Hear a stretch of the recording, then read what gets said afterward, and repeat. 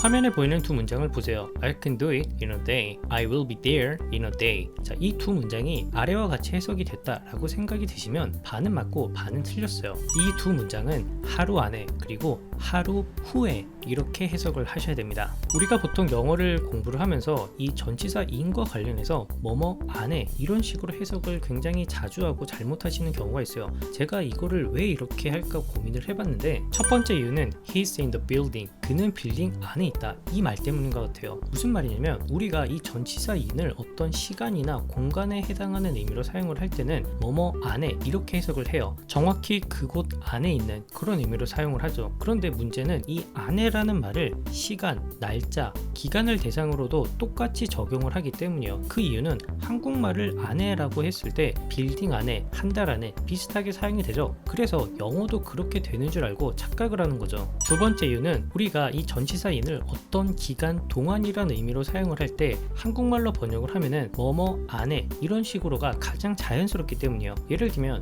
I can do it in a day. 나는 하루 안에 그것을 할 수 있어. 나는 하루 만에 그것을 할 수 있어. 나는 하루 동안에 그것을 할 수 있어. 자, 이렇게 세 개의 문장으로 번역을 했는데 이 세 개의 본래 의미는 하루라는 기간 동안에 할 수 있는 그런 의미로 사용을 했죠. 그런데 이 세 개의 번역 중에 가장 자연스러운 게 하루 안에 이렇게 해석을 하죠. 그래서 우리가 이 in이라는 전치사를 뭐뭐 안에 이렇게 잘못 해석하고 있는 거죠. 전치사 in에 대해서 설명하기 앞서 지금부터는 시간, 날짜, 기간을 대상으로 전치사 in이 사용될 때는 뭐뭐 안에 이런 식으로 해석하는 거는 완전히 잊어버리세요. 우선 이 전치사 in이 시간, 날짜, 기간을 대상으로 사용이 될 때 세 가지로 나누어서 구분을 해봤고요. 첫 번째는 연도나 달, 계절 등을 대상으로 사용할 때입니다. 이때는 이 in이 어떤 무언가가 발생한 시간, 발생한 때란 의미로 사용이 가능해요. 그래서 I met her in 2020.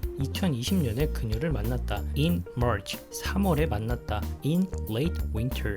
늦겨울에 만났다. 이런 식으로 뭐뭐에라고 해석이 가능한 거죠. 이해되시죠? 다음은 이 in이 어떤 기간 동안이라는 의미로 사용이 될 때입니다. 예문을 보시면 It was hardest thing in my life. 이렇게 얘기를 해요. 내 삶에서 가장 힘든 것이었어. 내 인생에서 가장 힘든 것이었어.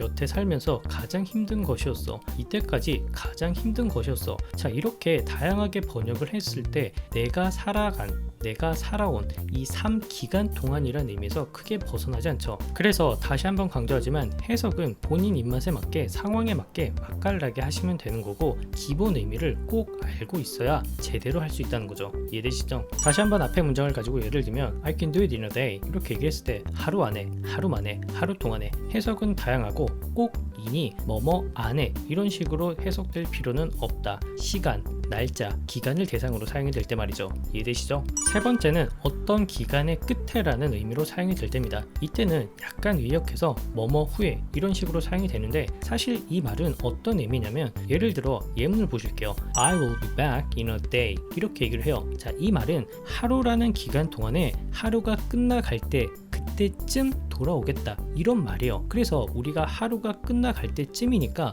하루 있다, 하루 후에, 하루 지나고, 하루 있으면 돌아올 거다 이렇게 얘기를 할 수 있는 거예요. in 전치사를 이용해서 말이죠. 이해되시죠?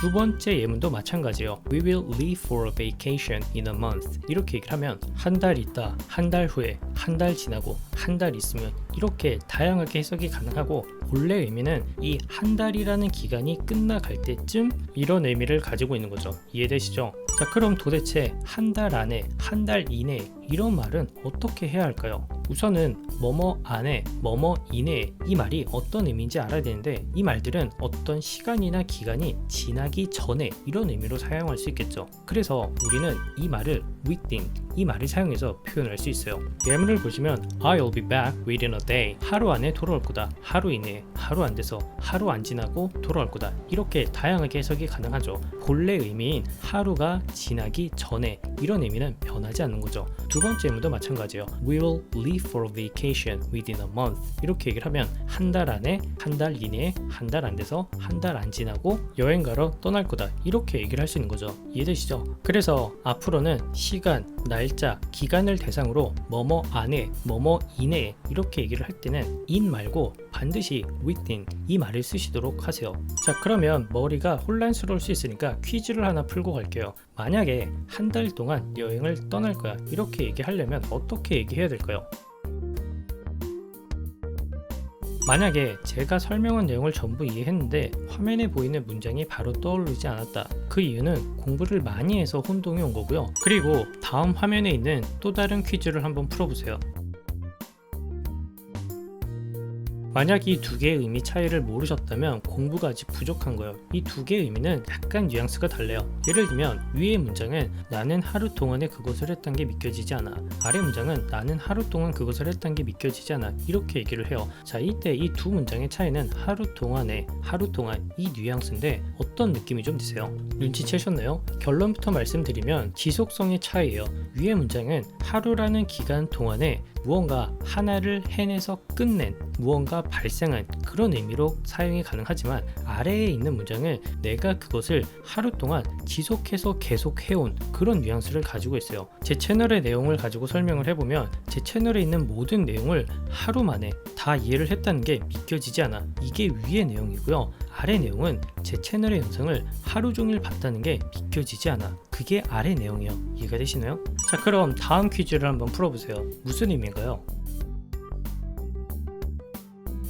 사실 이 두 개의 문장은 문법적으로 틀린 게 없고 또한 해석도 거의 똑같이 돼요. 다만 차이가 있다면 현실에서는 주로 in a day 이 말을 쓰고 이때는 하루가 지나고란 의미인데 현재 시점을 기준으로 얘기를 해요. 현재 시점으로 하루가 지나고 이런 얘기고요. 두 번째, I'll be with you after a day 이렇게 얘기를 하면은 어떤 일이 일어난 뒤에 하루가 지나고 너랑 있을 거다 이런 뉘앙스가 강해요. 이 after는 말이죠. 기본적으로 어떤 일이 발생하거나 어떤 일이 끝나거나 그 뒤에 라는 의미가 강해요. 즉 어떤 시간이나 사건 무언가가 지나가고 나서 이런 뉘앙스를 가지고 있는 거죠. 그런데 문제가 있어요. 만약에 I was with you in a day, I was with you after a day 이렇게 얘기를 하면은 두 개의 문장 중에 사실은 현실에서 두 번째 문장을 대부분 사용해요. 위의 문장은 사용을 안 하죠. 이러한 이유는 after의 특성을 다시 한번 생각해 보면 가능한데 after이란 말 자체가 무언가 일이 발생하고 무언가 일이 끝나고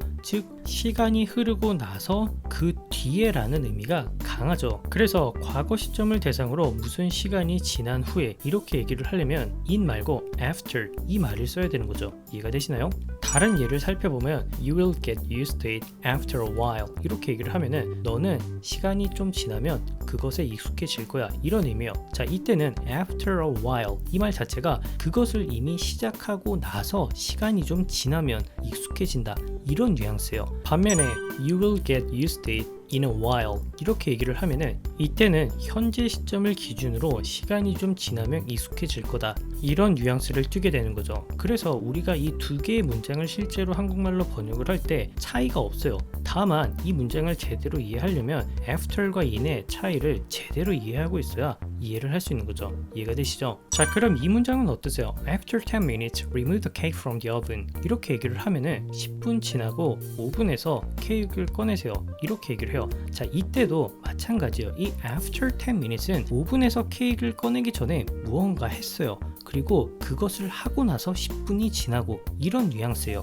이해가 되시나요? 그래서 after는 앞에서 말한 in과 다르게 어떤 무언가가 이미 행해졌거나 끝난 그런 상태에서 시간이 지난 이런 뉘앙스를 가지고 있으니까 참고하세요. 자, 오늘 영상은 여기까지고요. 도움이 되셨길 바라요. 간단해 보이는 전치사 in에 대해서 알아봤는데 전치사 in과 for, 전치사 in과 within 이 두 개의 차이는 구분하기가 좀 그나마 쉬운 편이에요. 다만 in과 after 이 두 개의 차이가 구분하기가 애매모호할 수 있는데 제가 한 가지 팁을 드리자면 전치사 in이 어떤 기간의 끝에 이런 의미로서 뭐뭐 후에 이렇게 해석이 될 때는 주로 미래 시제와 같이 사용이 되고 after 이 말은 현재 시제, 미래 시제 상관은 없지만 주로 어떤 일이 일어난, 끝난 그런 상황에서 사용이 되기 때문에 주로 과거 그리고 현재 시점을 기준으로 사용이 된다 이렇게 구분을 하시면 편하실 것 같아요. 그리고 마지막으로 제가 퀴즈를 하나 내볼게요. 화면에 보이는 내용을 한번 영작해 보세요.